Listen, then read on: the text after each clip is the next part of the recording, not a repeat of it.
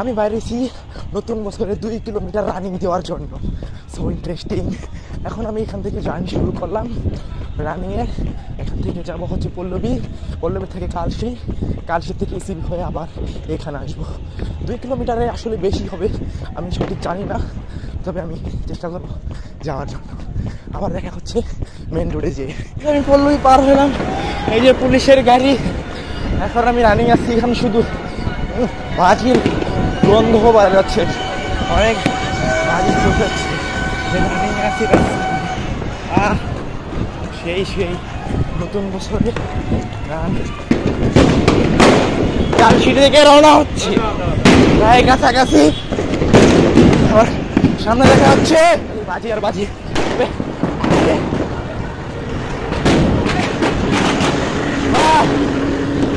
খালি ক্যাম্পে আছি, খালি আর বাজি। সেই সে আবার কিছু খেলাচ্ছে আবার।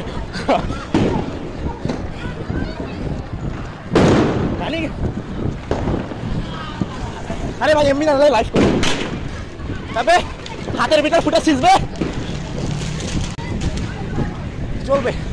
কত টাকা পয়সা নষ্ট করে ভাই জীবনে, কি বললাম, টাকা নাই টাকা আছে, রানিং নিতেছি।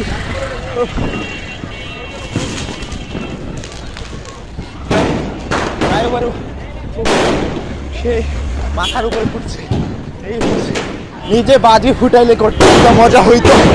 রাস্তাঘাটে যে বাজির আওয়াজ শুনতে শুনতে রানিং দেওয়া একটা মজা। ও সেই গাইস,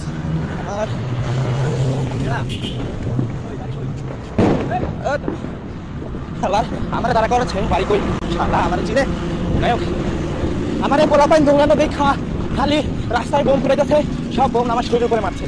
শালা কে মানুষের খুঁজি পাশ হবে, আমাকে ধরতে হবে। এখন একটু নির্জন জায়গা আসছি, এখানে আসলে এই জায়গাটা একটু ভয় কালশির এই সাইডে মানুষ একটু কম। তাই হোক, সামনে গেলে আবার ঈদের পর থেকে মানুষের হানাহানি পাবো।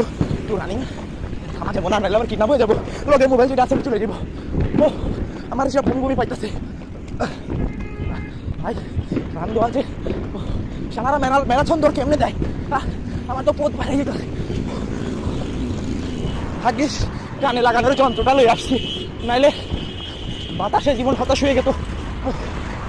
আর যদি পড়াশোনা করে কেউ তোর বাড়ি কোথা কলারটা ধরে ওলোকে পাঞ্জা খেলা শুরু করে দেবো। সারা 20 মিনিট একটু রেস্ট নিতে হবে, একেবারে শুয়ে পড়লে হসপিটালে নেওয়ার মতো এখানে মানুষজন নাই। সেই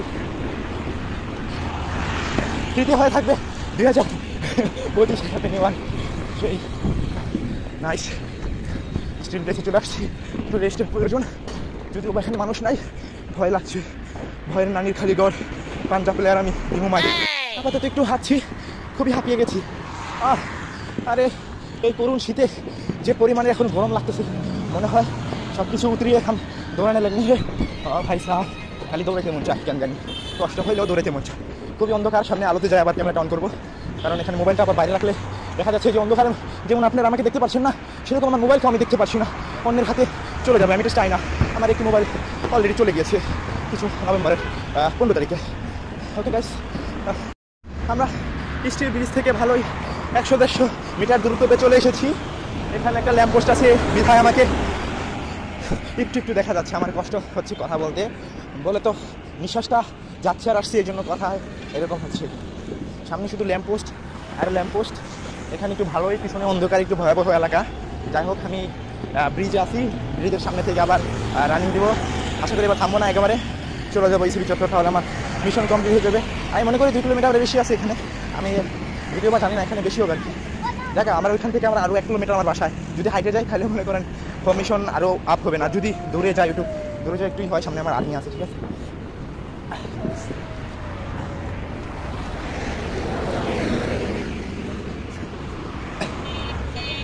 এখানে বাজির শব্দ হচ্ছে না, কারণ এখানে আর্মি টহল দিচ্ছে আমার পিছনে। ওইদিকে আমি ক্যামেরা ধরলে আবার আমাকে ধরে নিয়ে যাবে বলে, তো ওখানে আর্মিরা টহল দিতেছে। ভালো এলাকাটা এখানে শান্তপূর্ণ, তারপরেও হালকা হালকা শব্দ দূরে থেকে আসতেছে, ব্যাপার না। যাই হোক, এখান থেকে আমি রানিং শুরু করবো। ভাবলাম যে ব্রিজের গোড়া থেকে শুরু করবো, কিন্তু না, আর্মি কাকুরা দাঁড়ায় রয়েছে। যাই হোক, স্যারেরা দাঁড়ায় রয়েছে, রানিং শুরু, স্টার্ট নাও। ওকে টাটা। রানিংয়ের সময় আমার দম বন্ধ হয়ে আসতেছে, আমার পেটের ভিতর কামড় দিয়ে উঠছে। আমি প্রায় 1.5 ঘন্টা আগে খেয়েছি, 2 ঘন্টায় বলা যায়, 10টা সাড়ে 10টা দিয়ে খেয়েছি। অবস্থা খুবই করুন। এখন বাজতেছে 12:35, নতুন বছরের একদিনের 12:35, প্রায় সামথিং কত সেকেন্ড হবে জানি না, গেছে আর কি। এই তো চলে আসছি প্রায়, স্পিচে একটু রেস্ট নিবো, একটু দেখা যাক যদি ফ্রিতে পানি পাই খাবো, আর না হলে টাকা খরচ করতে হবে শুধু শুধু। যাই হোক চেষ্টা করবো না খাওয়ার, টাকা পয়সা নাই। আবার যদি পায়ে সমস্যা হয়ে যায় সামনে একটু অটোতে চাইতে হবে, যদিও আলহামদুলিল্লাহ হবে না, অভ্যাস আছে। এখানে একটু বাজির শব্দ শোনা যাচ্ছে সামনে, যদিও বা জানি না মোবাইল উঠছে কিনা। সামনে ধোঁয়া দেখা যাচ্ছে, কিসের ধোঁয়া জানি না। এই যে ব্রিজের নিচে চলে আসছি আলহামদুলিল্লাহ, 2 কিলোমিটার প্লাস রানিং ডান। সামনে কাপল ধরাধরি একটু ঘষাঘষি করতেছে। আহা কি বলবো, এখানে পুলিশ টহল দিতেছে, পুলিশ কাকুরা করতে হবে সেই, তারপরে কি টহল দিয়ে খাও তো ছাদের উপরে ফুটায়, দেখো নিচে ফুটাবে না। আমার শরীর পুরো ঘামা, আমার তীব্র ঘাম বেরোচ্ছে শরীর থেকে, শীতের করুণ মানে করুণ শীতে আমার এই ভয়াবহ অবস্থা। মানে রানিং দিল আমার এখন এগুলো খুলতে হবে, ভিতর দিয়ে ভিজে গেছে। দোকান বন্ধ, মোটামুটি ফুলের দোকান, বিরিয়ানির দোকান, এইসব দোকান খোলা, কারণ ওই যে কাপড়গুলোকে খুলে রাখছে, মনে করেন এটাই। হ্যাঁ, মোবাইলের স্টোরেজ দিয়ে কাপাকাপি শুরু করছে, বেশি স্টোরেজ নাই টাটা। এখান থেকে আমি হেঁটে যাবো সম্ভবত, কারণ এখানে দৌড়াবার কোনো প্লেস নাই, একটু পরপর গাড়ি আসে, অনেক দৌড়ানোর মতো অবস্থা না। পোস্টার আর পোস্টার লাগানো, যাই হোক সামনে আবার অন্ধকার, একটু ভয়াবহ এলাকা। যদিও ভয় না রে, নিজের এলাকার কাছাকাছি তো, এখানে কেউ কিছু বলে গাড়ি ফেলানো। সব কিছুই গলার আর কানের জিনিসটা খুলে ফেলেছি আর মাস্ক পরিধান করেছি, কারণ মাশাআল্লাহ এই রাস্তা অনেক খুবই ভালো, মানে ওমাইক একটা রাস্তা, এই জন্য এখান থেকে দৌড়তে চাইনি, কারণ বারবার নিঃশ্বাস আপ ডাউন হয়, তো ধুলার সাথে সাথে অন্য কত কিছু তো ঢুকে যেতে পারে নাকের ভিতর। একটু পরপর ট্রাক যাচ্ছে, সুন্দর করে একটা গাড়ি দিতে মন চাচ্ছে সবাই, একটু পরপর ট্রাক যাচ্ছে, এত পরিমাণ ট্রাক যা রাস্তা এমনি ভাঙা রাস্তা, ভাঙা চোরা ধরনের অবস্থায় নাই। তবে একটু রেস্ট নিতেছি, যদি বাইচান্স কেউ দাবর দেয় বা কুকুরে দাবর খাই, একটু দৌড়াতে হবে নির্জন এলাকা, সামনে পোলা পান আবার জাগা। আমি চাই না মোবাইলটা বাইরে রাখি, কারণ শালারা যদি নিয়ে দৌড় দেয় আমি তো খুঁজে পাবো না জাগা। অন্ধকারে পিছনে বাইক আসতেছে, এই জন্য আমার চেহারাটা কমাটা দেখা যাচ্ছে আবার। ওকে, ওই যে বাইকের পেছনে ট্রাক আসতেছে, বলতে না বলতে চলে আসছে, মাত্রই গেছে মনে করেন 10টার উপরে গেছে, এখানে আসছে 3টা 4টা আসতেছে আবার জায়গা।